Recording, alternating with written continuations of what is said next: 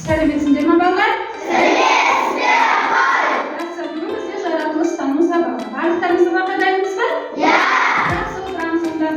Жақсы балалар, бүгінгі сабағымызды бастамастан бұрын бір аз көңілімізді көтеріп, сабаққа дайындалып алайық. Қанекей, бәріміз тақырып. Балалар, бүгінгі жаңа сабақты бастамас бұрын, бүгінгі сабақтың тақырыбын табу үшін суреттер сөйлейді әдісін қолданайық. Де балалар? Мына суреттерге қарап, қазір осы сұрақтарға, мен қойған сұрақтарға жауап береміз балалар. Қане, бірінші суретте не көріп тұрсыңдар балалар? Кім жауап береді? Айдар жауап берші. Мен бірінші суретте спортшыларды медальді көріп тұрмын. Ол нені жасалады? Алтын, күміс, тағы басқа заттардан Қолдан жасалады. Жарайсың Айдар. Екінші суретте не көріп тұрмыз балалар? Нұрислам? екінші суретте күміс, әшекейді көріп тұрмын. Ол нені жасалады енді? Күмістейді. Жақсы, жарайсыңдар. Үшінші төртінші. Бүгінгі сабақтың тақырыбы балалар металдар қандай болады дегенде, иә? Енді бүгінгі сабақтың мақсаты түсті металдардың түрлерімен танысады екенбіз. Олардың таралу аймағын біледі екенбіз. Пайдалы қазбаларды сақтау және үнемдеу жолдарын бүгінгі сабақта үйренеді екенбіз. Түсінікті ме балалар? Иә. Жеріміздегі табиғи байлықтың мол көзі қазақтардың металл дәуіріне ерте себепші болды. Қалайы, қорғасын, алтын, күміс кендеріне бар қаздар жер бетіне шығып жатты. Ата-бабаларымыз тапсырмалы түрлі тәсілдерді ауа райының көріктері ойланды. Осы арқылы металды заттан бөліп алды. Қазақтар қола дәуірінің өзінде 1 миллион тонна кендерді, 100 мың тонна мыс, 1900 тонна қағаз жасаған. Осылайша металл өңдеумен көшіп Бүгінгі тапсырманы, қазіргі тапсырманы орындаудан бұрын бәріміз сұрақтарға жақсылап қараймыздар, мына бейнематериалды болып шығамыз. Сосын берілген сұрақтарға жауап береміз. Әрбір жауаптарыңыз 2 балмен бағаланады. Түсінікті ме балалар? Иә. Ендер өтті. Тамашалаймыз. 1899 жылы 2 сәуірде қазақ даласында тау қыраттарынан алып түрлі тас жинаған адамның ерекше бала дүниеге келді. Оның есімі Ғабдулғани. Анасы оны Ғани, ғарыш деп еркелете келе қаныш атап кеткен. Университетінің оқуға түседі. Студент қанышқа Томск қаласының кітапханалары ерекше әсер етеді. Осы жерде қаныштың өздерінің тереңге түседі. Қанекей балалар, біз бағана бейнематериал көрдік, кітапты оқып шықтық, көптеген мәліметтер алдық. Енді осы сұрақтарға жауап беру арқылы 2 балды аламыз. Дұрыс жауап берген оқушы осы 2 балды алады. Қане ондай болса, мен сұрақтарды оқып, жауап беретіндер болса жауап береді. Жақсы ма? Қаныш Сәтбаев туралы не білдіңіздер? Жақсы, Нұрали? Қаныш Сәтбаев қазақтың тұңғыш геологы. Ол жезқазғандағы мыс кенін маңдатты. Атап біле, балаңыз жарайсыз. Қанекей балалар, қазір оқулықпен жұмыс істейміз. Оқулықтардың мәтінін оқып шығып, сосын ойлан тұтас бөліс әдісі арқылы тапсырмалар орындаймыз.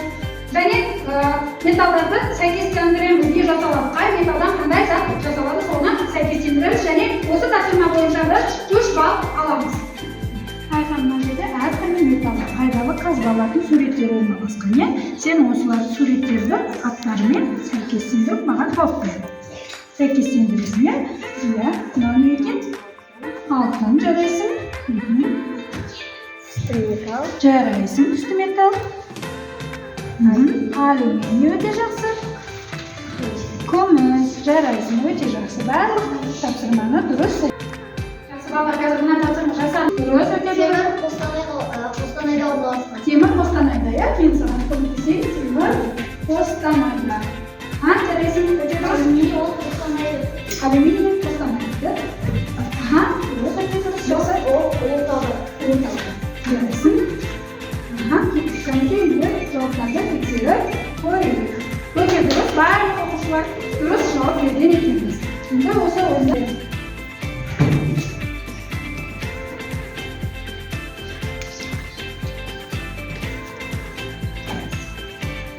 Әртүрлі металдардан заттарды жасайды екен, иә? Балалар, міне бізде күнделікті пайдаланып отырған мына күмістен жасалған біздің әшекейлеріміз екен, иә? Бұрыннан жасалып қолданып келе жатқан. Және мына жерде бізде мына алтындан да өте көп әшекейлер жасалады екен. Жүзік сияқты, сақина сияқты, сырға деген сияқты, иә?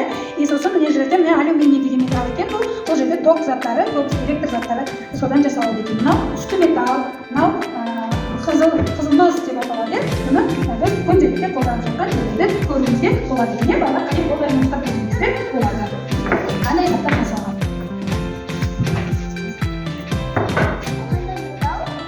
Жарайды, Magnetlashilgan. Bu alyuminiy. Alyuminiy. O'ta yaxshi, jaraysin. Bildingmi? Jaraysin. Doğan prezident Jaraysin, nazarda tuting. Yaxshi, hozir tartib. Biz bo'lgan sizga bir nima deyishimiz. Bular sabab sababsa, qani bas bas bas bas bas. Chiqing chiqib qo'ying. Sababsiz. Yaxshi, hozir jaraysin. Yaxshi, jaraysin. Keyin keyin nima qilamiz? Qo'lda qo'lda keyin. Keyin. Yaxshi, keyin kapalar yaxshi menga topdi. Kimsa qilmaydi, babaning bor. Jaraysin. Keyin. Jaraysin. Bugun sababdan siz qanday o'zini baholaydi ekan? Qancha balani deb o'rnida farzandingizni javobatini ko'rsatga so'raymiz baland. sabab o'ta qiziq bo'ldi, so'ngda men o'g'il bolam. Yaxshi, jaraysin tarafdan qancha baland? Chinanga solishdim. Mana sabab o'ta qatnamadim. Men o'zimga to'g'ri. To'g'ri balandsiz. Jaraysin tarafdan qizartgan qancha baland? Ayarli.